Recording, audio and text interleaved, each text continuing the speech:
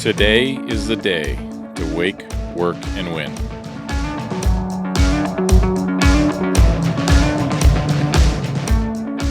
Welcome to the Standard.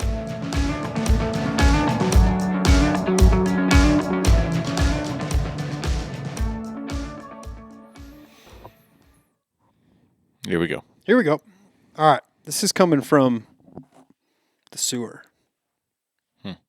Coming to a sewer near you. You know, we were talking about last shift maybe about the communities that live in sewers or make their way through the underground, waste pipes or whatever you want to call it throughout the city. And there was some guy we were talking about in the New York system, old subway, abandoned subway they don't use anymore because the trains have gotten bigger or whatnot. And, had like power, had a computer, had a printer. I mean, the whole thing. I mean, we had a guy, I remember, living in our sewer in our city and kept going on smoke investigations. They didn't know where it was coming from. Dude's chilly down there, man. That's his source of heat. I would much rather them living in the sewer than the tent cities that are popping up. Well, but anyways, yes, that's a whole separate situation. Yes. This is about poop. We talked about poop maybe on the last one. I think I might have I'm beginning to think there's a problem with you. Well, it's a problem for some, I shouldn't say I'm beginning to think. There is a problem. All right. It's a relatively new type of snooping. They call it poop snooping. Could help us all react more quickly to the new variants of COVID causing coronaviruses or future pandemics. Over the past year, as people stopped making appointments with healthcare providers to check for COVID and shifted to taking home tests instead, health officials lost their tight grip on case tallies. And in turn, it became tougher to spot new viral variants or wave of the pandemic. Thankfully, epidemiologists had a solution: in poop. September 2020, the Centers for Disease Control and Prevention established the National Wastewater Surveillance System. It's a fun job, with the goal of collecting and testing local levels of the virus that cause COVID at treatment plants across the country. So basically, the CDC was like, you know what? We need to get scientists up in Teenage Mutant Ninja Turtle style. New committee. Yeah. And we need you to head it. Yeah. It's called poop snooping. So just a question. How much would it take? Like, how much money would it take for you to go down into the sewers with a little beaker and start getting that? What if I could just subcontract that job out? No. What if I find some convict that, remember, like in Boulder, this was a few years back. This is bordering on, this is a felony. Yeah, but he hid in the porta potty so he could get his views. You know who did that? I think like Chuck porta potty. Chuck Berry was into that. Wow. Singer. So I could subcontract. I could take the contract and subcontract it out. This isn't how do you make this profitable? I mean, how much would you have to get paid to do that? What's the job description?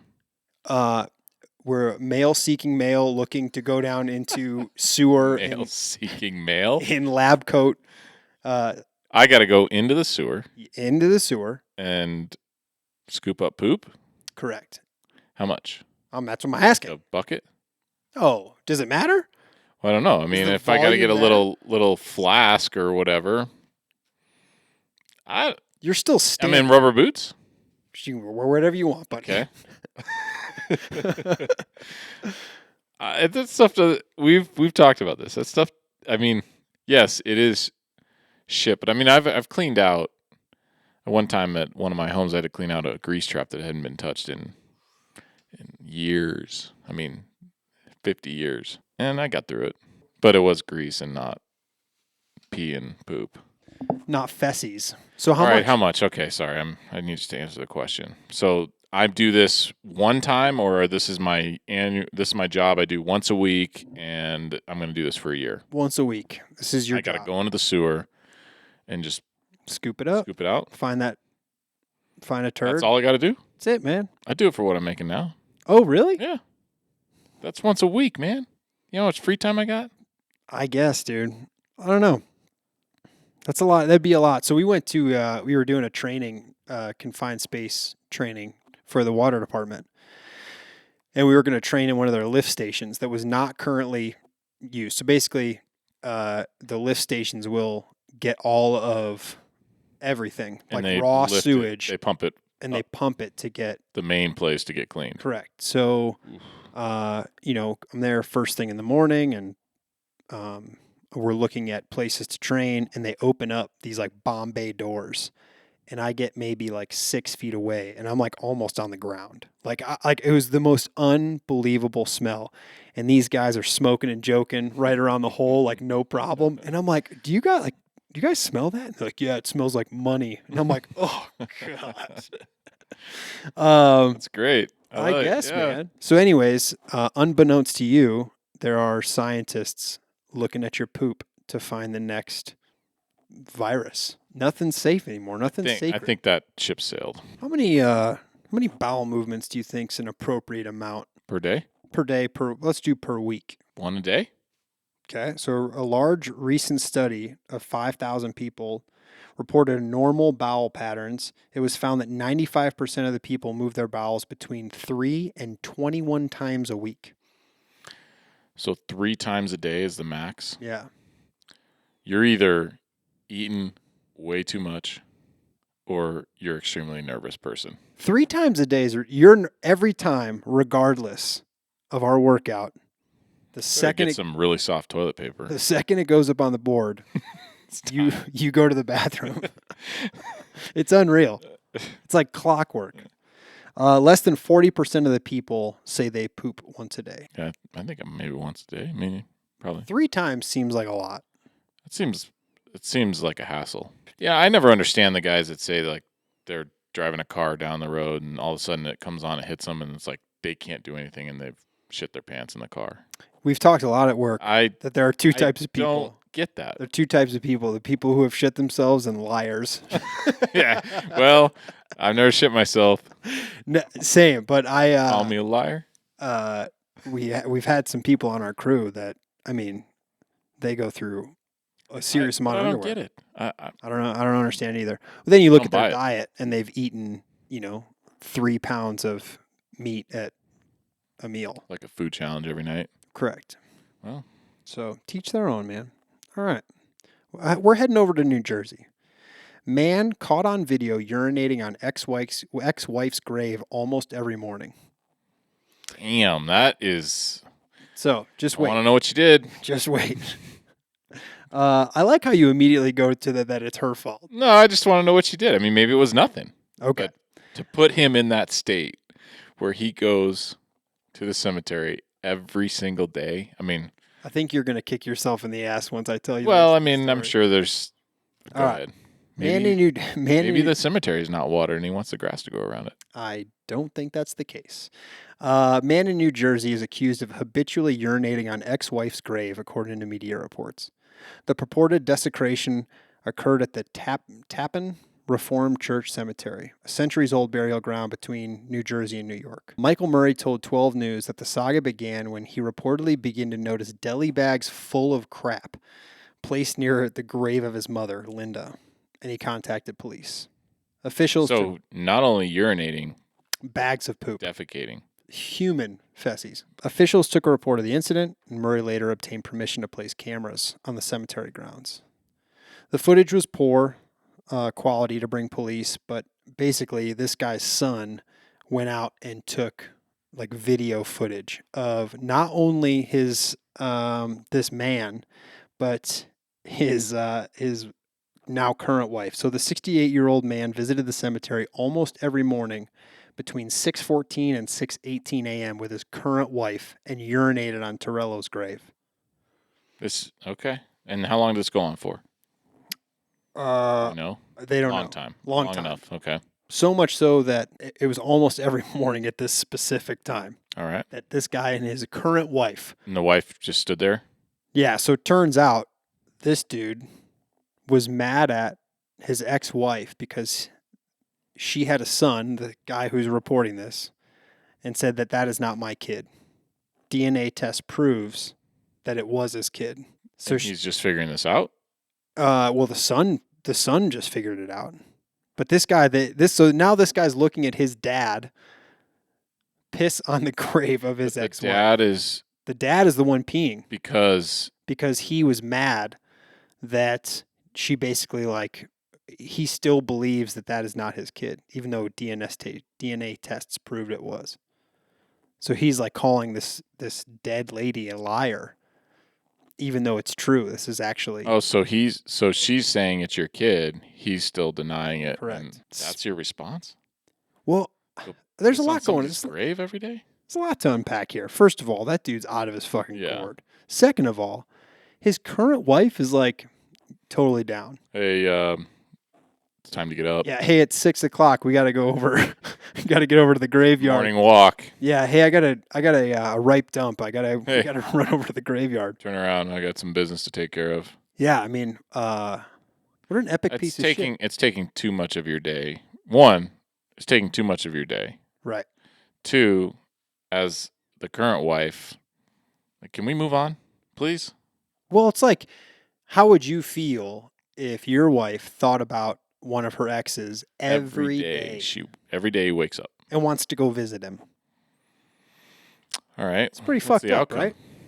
I got public urination was his charge basically. So, how much do you think the fine is for public urination? $999. Oh, really? Just under a GER, huh? I think the misdemeanor. Depending on the jurisdiction, and I looked them all up, somewhere between $100 and $500. All right. That's your public. You know that can hurt your pocketbook when you're in college, because that seems to be where a lot of public urination happens. Yeah, and if you're close to a park when you do it, they can get you. Ooh, yeah. Yeah, you become a. I think that happens a lot. I know it happens. Not personally, but there. NPR did one on. But I mean, was there some sort of wake up call to it though, where they're like, "All right, we understand the law is written this way." Dude pulls out, urinates, but clearly not a sex offender. Yeah, man, I think that's up to the judge, right? Like, hey, it was 10:00 at night. There were no kids around, but technically, I had a beer in my hand. How many divorces would you say there are a year in the United States? 50%. Well, okay. 54%. But of what? What do you mean? Oh, you want a number? Yeah. 500,000. I don't know. Pretty close. Okay. So there's currently over 750,000 divorces in the U.S. each year. Okay. Most Americans who file for divorce do so between January and March. Why do you think that is? They go into too much debt over the Christmas holiday. Oh, okay. I think it's because they spend too much time together. Over the holidays? Yeah, like you have a full 2 months. I'm not going through the holidays again with you. Not one more time. No. And you want to be single for the summer. Okay. That's my theory. Maybe somebody made some New Year's resolutions, and the other one didn't follow it. Are you a New Year's resolution guy? No. Are you? Yeah. I like them. So what was this year's? Oh, I wanted to learn how to do the splits. I will say that I don't know if it was New Year's this year, but I did set a goal this year, to get on land. Oh, yeah. That was the first time where I'm like, this year it has to happen. I don't know if that's really a resolution, but I think that's a resolution. Yeah. And you completed it. Made it happen, but not usually like that. Okay, it's December 31st. Let's think about, what we're going to change, what not. Man, I think it's an interesting opportunity for you to take some stock and to be like, all right, where am I at? Where do I want to be? Mostly New Year's resolutions are jokes, but I don't know. I'm on yearly goals. There's nothing wrong with that. Yeah, I'm on board. Especially as like a team or a family. Yeah, 1.68 million marriages every year in the United States. So 1.68 are happening, and roughly just under half of that are also divorcing. Correct. So a net gain every year? Yeah. Okay. How long do you think it takes poop to decompose? What? I thought we were done with that story. No, we're not. There's a poop thing, like I said. Well, what kind of poop? Because I know that in the pasture, the horse poop goes, man poop, that sticks around a long time. How long does horse poop stick around? Well, it's mainly grass and water, and it dries up so fast. So how long would you? I gotta think if you had weather come in and rain, a month, I don't know. Oh shit. Okay. It dries out. It loses all its weight because the water dries out. There's a lot of water in it. Look at you. You're like a farmer now. Well, when you have to, that's where the dog decides he wants to go now. So it's like, I'm just going to roam in this acre pasture and shit wherever I want. So I have to chase that around. But it's way different picking up dog poop than, you see the horse shit out there once in a while and you're like, this is almost gone. I'm telling you, man, you're like a whole different person now. So, Farmer Tom. 1 year. Takes 1 year for human poop to decompose in the wild. Okay. Have you ever done anything so catty as to urinate? I'm not saying like what is the cattiest thing you've ever done? Like the lowest dig. What do you mean? Like this guy clearly went super against another person? I'll take anything. I had some boredom years in high school where we went out and like vandalism? Like tipped a porta potty over. Well, that's lowbrow, dude. So you're saying that's nothing? I don't think so. No. You've hit a mailbox or two? Sure. Like from a car? Maybe. Not like, hanging out a car. Right. Well, you're a baseball player. But then there was... Did you wear your uniform? Then there was... Don't you guys wear tights? No, then just stop. You didn't even play sports. But then there was one time where kid was hanging out the window and this guy had put big mailbox, right? And he had put this rebar inside the mailbox that was like an H shape. Assholes like you. The letter H. And so it was running like across the middle of the mailbox and then front to back. Takes a swing, bang, comes back, bat hits him in the head. Oh, you know what? That's instant karma. You know what I find really interesting about that story is your old mailbox had like a cage around it. So that's true. And the neighbors too. Is that because you were like... I didn't hit that mailbox before. That was yours. Well, no, obviously. But what I'm saying is, were you like, hey, I know there's some kids out there. They're shitty as me. Well, I thought I'll be good. It's like, well, my mailbox is not going to get hit. It's going to be the next guy's, Smart. I don't even know if kids do that anymore. I did it. Yeah, but do they do it anymore? Oh, I'm sure. One guy had a fish mailbox, like how you have a John Deere one. Yeah. This guy had like a nice fish one. I do think that having that mailbox that kind of sets you apart from everybody else makes you a target. That John Deere mailbox sits in front of my house, but it's actually not mine. Oh, really? I think just the community I live in, it'll be fine. But I've been putting a lot of weird stuff in there. If that was in a normal suburban community, gone, dude. Yeah, we're gonna head down to Memphis, Tennessee. Half naked. You been to Memphis? I have driven through Memphis. Memphis that's a tough spot. All right, half naked woman celebrating her birthday fires shots out of a car window. Hell yeah. Yeah, Memphis, Tennessee. Memphis police arrested a woman on Monday who they say fired shots out of an open car window while half naked to celebrate her birthday. An officer driving southbound. Okay, which half? I'm guessing top side. I don't think it was a Winnie the Pooh situation. Winnie the Pooh. An officer driving southbound on South Dandy Thomas Boulevard Monday afternoon said he saw a woman in a white Hyundai Elantra traveling northbound, pointing a Why half naked? Why not just topless? Isn't that a topless woman driving? It seems like the term half naked. That's what got me. Got you. Hooked you. Yeah, it hooked me. Pointed a black gun out the passenger side window and fired 2 shots at a, quote, unknown object.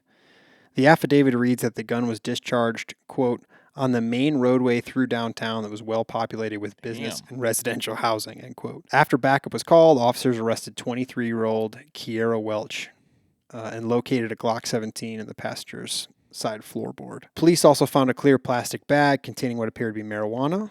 Welch told police the weed belonged to her and she was just turning up for her birthday.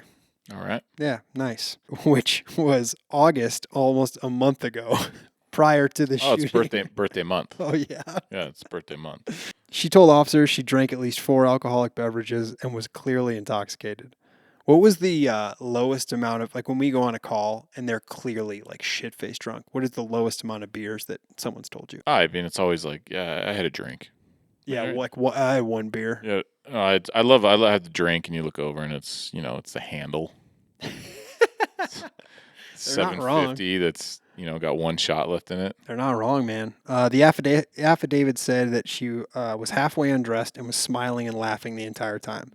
Happy fucking birthday, man. I'll throw up her mugshot, but she is like grinning from ear to ear. She's I so love happy. it. So yeah, Welch was charged with possession of a handgun while intoxicated, reckless endangerment with a deadly weapon, and possession of the sweet sticky. That is not a good birthday present. No. I think people don't realize how deadly firing a firearm straight up into the air is. Those do come down. Okay, so let's educate me. Yeah, like when you see those, like The trajectory stays like tight. The spin stays tight. no, I mean you don't have to have any trajectory on it. It's that weight reaching its maximum velocity is definitely enough to go through someone's dome piece. So it would basically, for it to start falling, wouldn't it need to reach basically a zero? Like it reaches a pause. Yeah, and for then sure. starts falling. Correct. So I guess any object has the potential to do what that is. It's dropped, right? It's not necessarily. I mean, you're just placing an object up in the air. You're not. Well, it's like Go ahead. Well, it's like dropping something from A roof or something like a high rise. Right. It says Or it will come back down at roughly 150 miles an hour. Wasn't there that formula of like 9 meters? Yeah, that's terminal velocity. 9.8 meters per second? Yeah, that's gravity, basically. Oh, man. All right. It's got the energy of a brick dropped from a 30-story building. God damn. Yeah, that's an AK-47. Oh. Well, I mean, that's we're talking about just the size of the round. Yeah, man, that's enough to really. I'm not sure I quite understand the whole math and physics behind it. I buy it. I don't understand it, but it's enough to make me not fire a gun in the air. It's not for me, man. Right. It's not for me. I'll leave it to those Afghani weddings where they just point their rounds up in the air. What about an arrow? What about an arrow straight up in the air? That That could do some serious damage, depending on the tip. That's got to be roughly the same, right? Yeah, I mean, it's all weight. Yeah. So I guess it would depend. I mean, you have the addition if you're using like a broadhead as opposed to a field point, but it's not good. Buffalo, New York. Firefighter. One more? Last one, but this one's kind of long. You got time? I'm good. Okay. Yeah, I'm good. All right. I'll make it quick. You're wearing me out, but I'm good. You want to save this one for later? No. I want it. Let's go. All right. Buffalo, New York. Firefighter fired for testing positive for medical marijuana. Here we go. Can proceed with lawsuit to get his job back. So a Buffalo firefighter fired over his medical marijuana use can proceed with his legal action to get his job back. A state judge ruled Thursday, but the judge declined to immediately reinstate him as he requested. So, Martin, a 12-year veteran with the Buffalo Fire Department, was fired from his job last year because he tested positive for marijuana. At 38 years old, who served in the Air Force in Iraq and Afghanistan, said that he is a certified medical marijuana patient who uses cannabis to treat PTSD and back pain. To treat his back pain, doctors had prescribed him medications like Oxycontin and later shots of tramadol into his lower spine. And he was saying that imagine getting an epidural every 3 to 4 months is basically this tramadol shot. I don't get injections anymore because of the medical marijuana, and I'm not on opiates anymore, which are all good things. The city fired him after urine samples tested positive for marijuana metabolites based on the firefighters' union collective bargaining agreement. That, however, has not been updated since medical marijuana was legalized in 2014. So basically, it hasn't been updated? Correct. Yeah.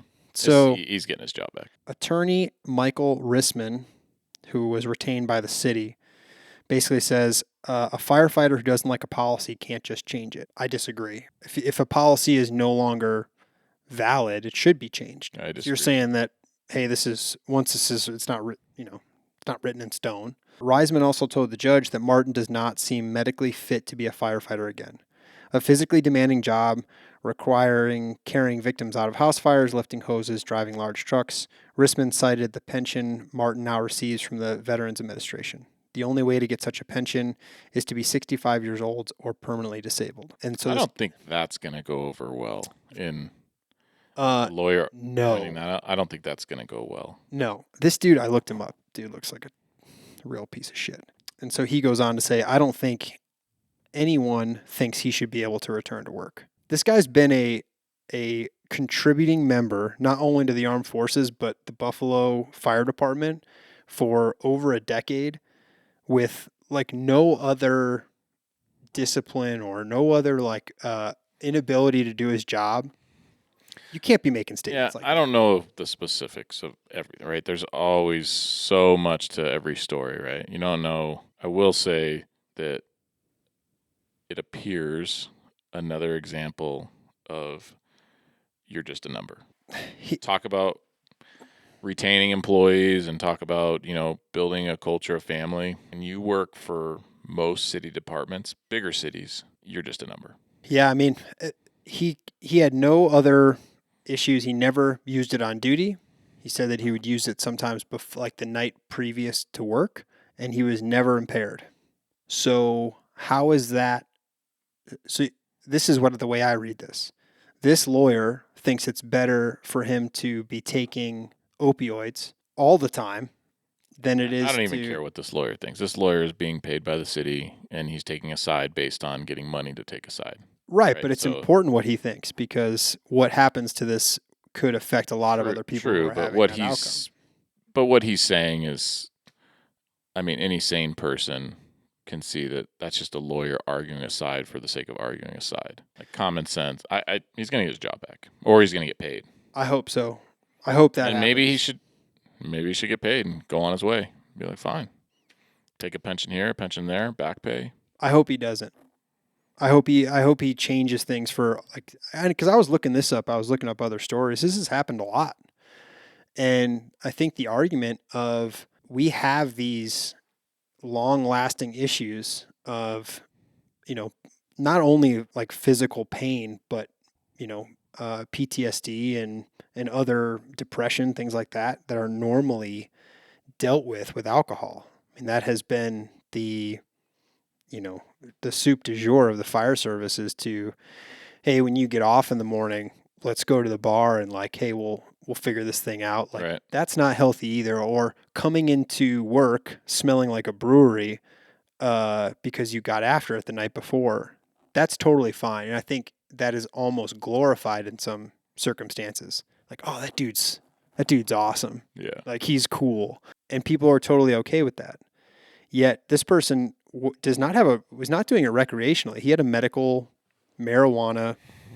I mean, they're cards here in Colorado, but he was using it as a substitute for much harsher drugs. I mean, how many people do you think die of opioid overdoses in the U.S.? Well, let's say last year, or sorry, 2020. I don't even know where to start to guess, but I mean, just it's becoming rampant now. I'm seeing more in the fentanyl 70,000 people died of opioid overdoses last year. 2020. That was the last time I could find data on it. But I'm sure it's increasing.